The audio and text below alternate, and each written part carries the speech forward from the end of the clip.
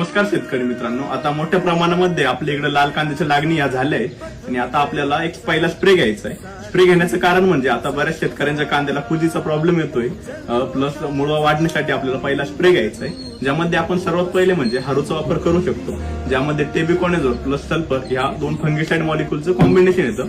Plus आपण यामध्ये एक इन्सेक्टिसाइड म्हणून आपण याचा कहर किंवा कोणता पण क्लोरोपायरिफॉस 20% वाले कोणत्या पण एक प्रोडक्टचा आपण या ठिकाणी वापर करू शकता.